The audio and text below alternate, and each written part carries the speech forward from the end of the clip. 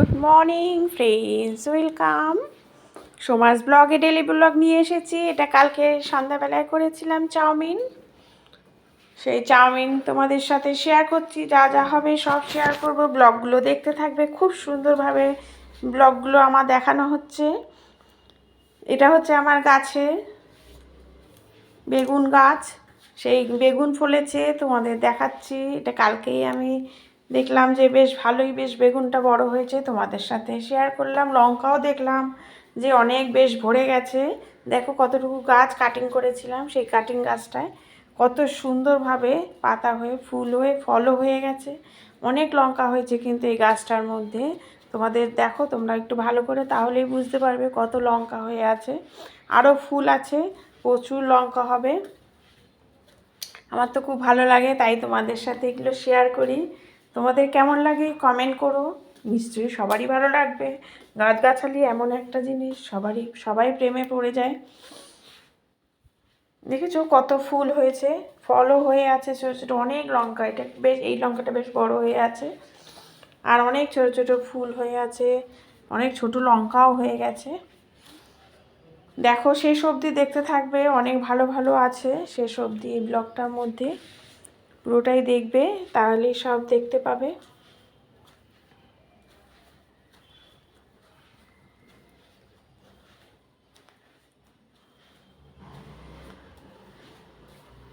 তোমরাও রেগুলার দিতে থাকো ভিডিও।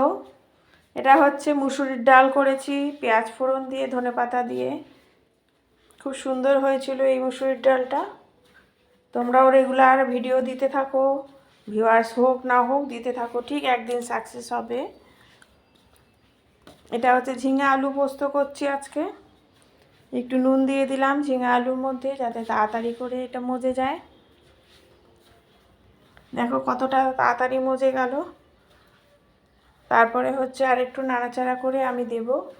এটা একটু অন্যরকম, পোস্তর মধ্যে দিয়েছি তিল, চালমগজ আর পোস্ত। একটু নুন দিয়ে দিলাম, একটু চিনি দিয়ে দিচ্ছি, একটু হলুদ দিয়ে দিলাম। দেওয়ার পরে ওই পোস্তটা দিয়ে দিচ্ছি। পোস্তর মধ্যে চালমগজ, তিল আর পোস্ত একসাথে পেস্ট করেছি, সেটা দিয়ে দিলাম। দিয়ে নাড়াচাড়া করে নামানোর আগে একটু সরষের তেল দিলেই কিন্তু এই পোস্ত রেডি হয়ে যায়। পোস্তটা কিন্তু বেশ মাখো মাখো হয়, তখন নামাতে হয়, তাহলে তার টেস্টটা আরও ভালো হয়। আর সরষের তেলেই ভালো, পোস্ত জিনিসটা আরও খেতে ভালোই লাগে এতে। দেখো নামানোর পরে কত সুন্দর একটা টেক্সচার হয়েছে, দেখতে দারুণ লাগছে, খেতেও কিন্তু দারুণ হয়েছিল।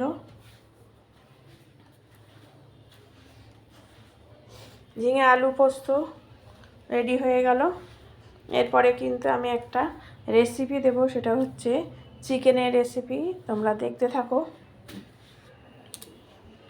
প্রথমে তেল গরম করে একটু নুন দিয়ে দিলাম, দেওয়ার পরে ফোড়নটা দিচ্ছি। তাহলে এই ফোড়নটা কিন্তু নুন দেওয়ার একটাই কারণ, ফোড়নটা তাহলে আর ছিটবে না। দিয়েছি শুকনো লঙ্কা আর তেজপাতা, তার উপরে দিয়ে দিচ্ছি আলু। আলুগুলো বেশ একটু গোটা গোটা আলু নিয়েছি যেহেতু ছোট। আলুগুলো দেখো ভালো করে ভাজলাম, তারপরে দিয়েছি চিকেন। আবার চিকেন আর আলু ভালো করে ভাজবো, তারপরে দেব কিন্তু মশলা। মশলার মধ্যে নিয়েছি হচ্ছে পেঁয়াজ, আদা, রসুন, কাঁচা লঙ্কা। পেঁয়াজ, আদা, রসুন, কাঁচা লঙ্কার পেস্ট। দেখো চিকেন আলু সব ভালো করে, আরও ভালো করে ভাজা হয়ে গেল। হলুদ দিলাম, নুন তো আগে দিয়েছি, লাস্টের দিকে দরকার পড়লে আরেকটু দেব। তারপরে এর মধ্যে দেব হচ্ছে টমেটো কুচি। টমেটোটা আমি সবসময় মাংস সাতলানোর সময় দিই, আমি পেস্ট খুব একটা দিই না। তারপরে পেস্টটাও দিয়ে দেবো, পেঁয়াজ, আদা, রসুন, কাঁচা লঙ্কার পেস্ট।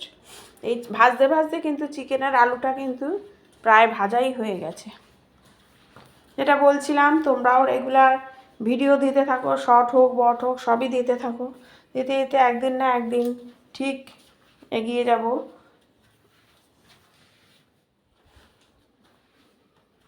চিনি দাও একটু, আর একটু শুকনো লঙ্কার গুঁড়ো, তার আর একটু জিরের গুঁড়ো দিচ্ছি, দিয়ে আবার সাঁতলে নেব। আর জল কিন্তু আমি পাশে বসিয়ে রেখেছি, গরম জল দেবো এতে, কারণ আমি একটু সকাল সকাল রান্না করেছি, মেয়ে কলেজে নিয়ে যাবে বলে একটু তাড়াহুড়া করেছি।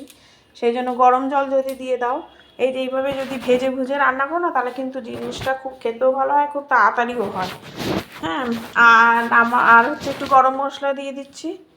গরম মশলা দেওয়ার পরে ওই গরম জলটা দেব। গরম জল দিয়ে রান্না করলে কিন্তু জিনিসটা খুব তাড়াতাড়ি হয়। আমি টিপস দিতে থাকবো তোমাদের, রান্না সংক্রান্ত অনেক টিপস দিতে থাকবো। যারা নতুন রান্না বান্নায় তারা এইভাবে ফলো করতে পারো। দেখো কত সুন্দর একদম কষা কষা হয়েছে মাংসটা। তারপরে আমার মেয়ের হচ্ছে নাচের প্রোগ্রাম আছে কলেজে, দুর্গা সাজবে, সেই জন্য লাল শাড়ি, এই দেখো একটা বেনারসি, এই লাল বেনারসি, এটা হচ্ছে একটা চাঁদেরি মতো শাড়ি। দুটোই বের করেছিল, কোনটা পরে মানে বৃহস্পতিবার সেইটা কোনটা পরবে দেখছিল, তোমাদের সাথেও সেটা শেয়ার করলাম। নাচের ভিডিও আসলে তোমাদের সাথে সেটা দেব। ভালো লাগলে বেল আইকনটা প্রেস করো। Thank you.